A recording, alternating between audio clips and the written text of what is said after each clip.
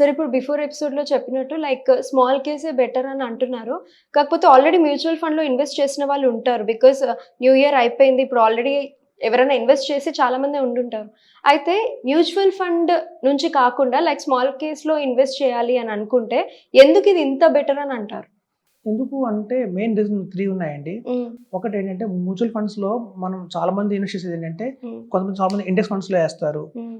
కొంతమంది ఏంటంటే ఒక ఫ్లెక్సీ క్యాప్ అని, మల్టీ క్యాప్ అని, లార్జ్ క్యాప్ అని అట్లా 3, 4 ఫండ్స్‌లో ఇన్వెస్ట్‌మెంట్ చేస్తారు. హ్మ్. ఎప్పుడైతే మనం 3, 4 ఫండ్స్‌లో ఇన్వెస్ట్‌మెంట్ చేస్తున్నామో ఒక్కొక్క ఫండ్‌లో మనకు తెలియకుండా 80 స్టాక్స్ ఉంటాయి హిడెన్‌గా. హుహు. సో 80 ఇంటూ 5 ఫండ్స్‌లో ఏసినా కూడా 400 స్టాక్స్‌లో మన అమౌంట్ వెళ్తుంది. So okay. ఎప్పుడైతే మనం పెట్టే ఆ 10,000 రూపీస్ పర్ మంత్ ఎస్ఐపి కావచ్చు, 20,000 రూపీస్ పర్ మంత్ ఎస్ఐపి కావచ్చు, హ్మ్. మనకు తెలియకుండా 400 స్టాక్స్‌లోకి వెళ్తుంది. ఆ 400 స్టాక్స్‌లో కొన్ని సేమ్ ఒక ఫండ్‌లోనే ఉన్న స్టాక్సే రిపీట్ కూడా అవుతాయి కొన్ని సార్లు. సో అలా ఓకే. కన్సిడర్ చేస్తే కూడా 300 రూపీస్ 300 స్టాక్స్ అయితే మినిమమ్ ఉంటాయి. సో అంత స్టాక్స్‌లో వెళ్తున్నప్పుడు ఏమవుతుందంటే మన అమౌంట్ గ్రో అవ్వదు. ఎందుకు అంటే చూడండి, ఎప్పుడైతే బుల్ ర్యాలీ వచ్చినా కూడా, బుల్ రన్ వచ్చినా కూడా హ్మ్. అందులో ఆల్మోస్ట్ 50 స్టాక్సే మంచి రిటర్న్ వస్తాయి. హుహు. 250 స్టాక్ పెద్ద రిటర్న్ రాదు. కాబట్టి అనవసరంగా ఏమంటే అన్నెసెసరీ స్టాక్స్ మనం కొనుక్కుంటూ వెళ్తున్నాం. సో అక్కడ ఏంటంటే ఫండ్ మేనేజర్ కూడా ఏంటంటే కంట్రోల్ ఉండదు. ఎందుకంటే ఓవరాల్ ఇండియా మీద హ్మ్. హ్యూజ్ కార్పస్ వస్తుంది ఎస్ఐపి రూపంలో. హ్మ్. ఒక్కొక్క ఫండ్‌లో చూస్తే 10,000 క్రోర్స్ ఉంటాయి. మరి ఆ 10,000 క్రోర్స్‌ని మనం ఇన్వెస్ట్ చేయాలి అంటే స్టాక్స్ పెరిగిపోతూ ఉంటాయి. హ్మ్. సో వేరే స్మాల్ కేస్‌లో అలా ఉండదండి. స్మాల్ కేస్‌లో 12,000 క్రోర్స్, 12,000 కూడా ఉండదు. జస్ట్ 1,200 క్రోర్స్, 600 క్రోర్స్ చిన్న చిన్న టికెట్ సైజులు ఉంటాయి ఇందులో. సో వాల్యూమ్ ఎప్పుడైతే 600 క్రోర్స్, 500 క్రోర్స్ ఉందో ఈజీగా ఉంటుంది ఫండ్ మేనేజర్ హ్యాండిల్ చేయడం. హ్మ్. దాని ద్వారా ఏంటంటే ఒక క్వాలిటీ స్టాక్స్ అనేది కొంటారు వాళ్ళు. ఆ క్వాలిటీ స్టాక్స్‌లోనే మనం అమౌంట్ అనేది ప్రాపర్‌గా ఇన్వెస్ట్‌మెంట్ జరుగుతుంది. దాని ద్వారా రిటర్న్స్ కూడా బాగా వస్తాయి. ఇప్పుడు చూడండి, సింపుల్ ఎగ్జాంపుల్ చెప్తాను. మనం ఒక 15 ఇయర్స్ హారిజన్ తీసుకున్నా, హ్మ్. 15 ఇయర్స్‌లో ఒకవేళ 5 లాక్స్ అమౌంట్ ఇన్వెస్ట్‌మెంట్ చేస్తే, మనం గత ఎపిసోడ్‌లో చెప్పుకున్నాం. ఎవరన్నా 5 లాక్స్ ఇన్వెస్ట్‌మెంట్ చేసి 20 ఇయర్స్ కనుక వెయిట్ చేస్తే వాళ్ళకి 2 క్రోర్స్ వస్తుందని చెప్పుకున్నాం. సో అలా కాకుండా ఈవెన్ 15 ఇయర్స్ కావచ్చు, 10 ఇయర్స్ కావచ్చు, 5 ఇయర్స్ కావచ్చు.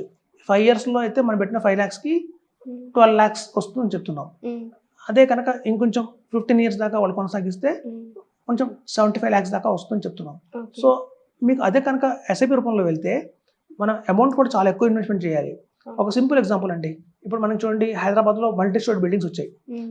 20 ఫ్లోర్స్ బిల్డింగ్‌లు వచ్చాయి. ఈ 20 ఫ్లోర్ బిల్డింగ్స్ అంటే 20 ఇయర్స్ అనుకుందాం సపోజ్ ఫర్ ఎగ్జాంపుల్ కింద. హ్మ్. 2 ఆప్షన్స్ ఉంటాయి. స్టెప్స్ అన్నా ఎక్కింటూ వెళ్ళొచ్చు, లిఫ్ట్ ఎక్కి వెళ్ళొచ్చు. స్టెప్స్ ఎక్కడం అంటే మ్యూచువల్ ఫండ్స్‌లో. యాహ్! మ్యూచువల్ ఫండ్స్‌లో ఎస్ఐపియే స్టెప్స్ ఎక్కడం లేట్ అవుతది. లేట్ అవుతుంది. హ్మ్. లిఫ్ట్ ఎక్కామా, బటన్ నొక్కామా, ఒక 5 మినిట్స్ వెయిట్ చేసామా, ఓకే. 20 మినిట్స్ వెళ్ళిపోతాం సుఖంగా. అది స్మాల్ కేస్.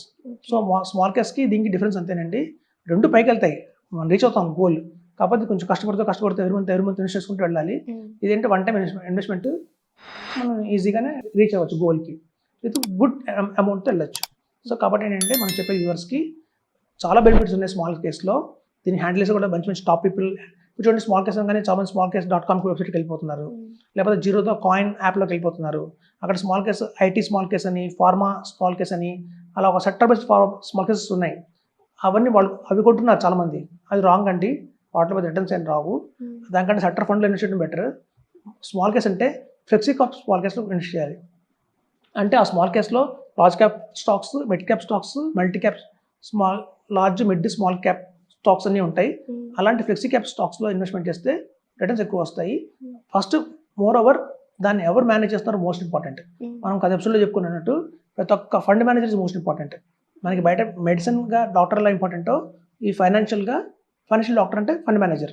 మన స్టాక్స్ అందరికీ తెలుసు. అవును. కానీ ఆ స్టాక్స్‌ని ఎలా కొనాలి, ఎప్పుడు అమ్మాలి అనేది ఒక ప్రొఫెషనల్‌కే బాగా తెలుస్తుంది. ఓకే. సో అట్లాంటి మంచి నంబర్ 1 ఫండ్ మేనేజర్స్ ఎవరైతే ఉన్నారో ఇండియాలో, వాళ్ళు మెయింటైన్ చేసే స్మాల్ కేసెస్‌లో ఇన్వెస్ట్‌మెంట్ చేస్తే కనుక హ్మ్. రిటర్న్స్ గ్యారంటీగా బ్రహ్మాండంగా వస్తాయి. హ్మ్. అలాగాక మనం కనుక సొంతంగా క్రియేట్ చేసుకుంటే స్మాల్ కేసెస్ మనం కొనుక్కున్నట్టే ఉంటుందండి. అది పెద్ద డిఫరెన్స్ ఏం లేదు దానివల్ల. దానికంటే మ్యూచువల్ ఫండ్సే బెటర్. సో హుహు. స్మాల్ కేస్‌లోకి వచ్చాము అంటే మనం ఒక మంచి టీమ్‌తో వెళ్తేనే మనం గెయిన్ చేయొచ్చు. అలాగే మన రిటర్న్స్ కూడా ఎక్స్‌పెక్ట్ చేయొచ్చు. ఓకే. సో 20% సిఏజీఆర్ అనేది ఈజీగా వస్తుందండి స్మాల్ కేస్‌లో. ఒక ప్రాపర్ ఛానల్ ద్వారా మనం వెళ్తే కనుక.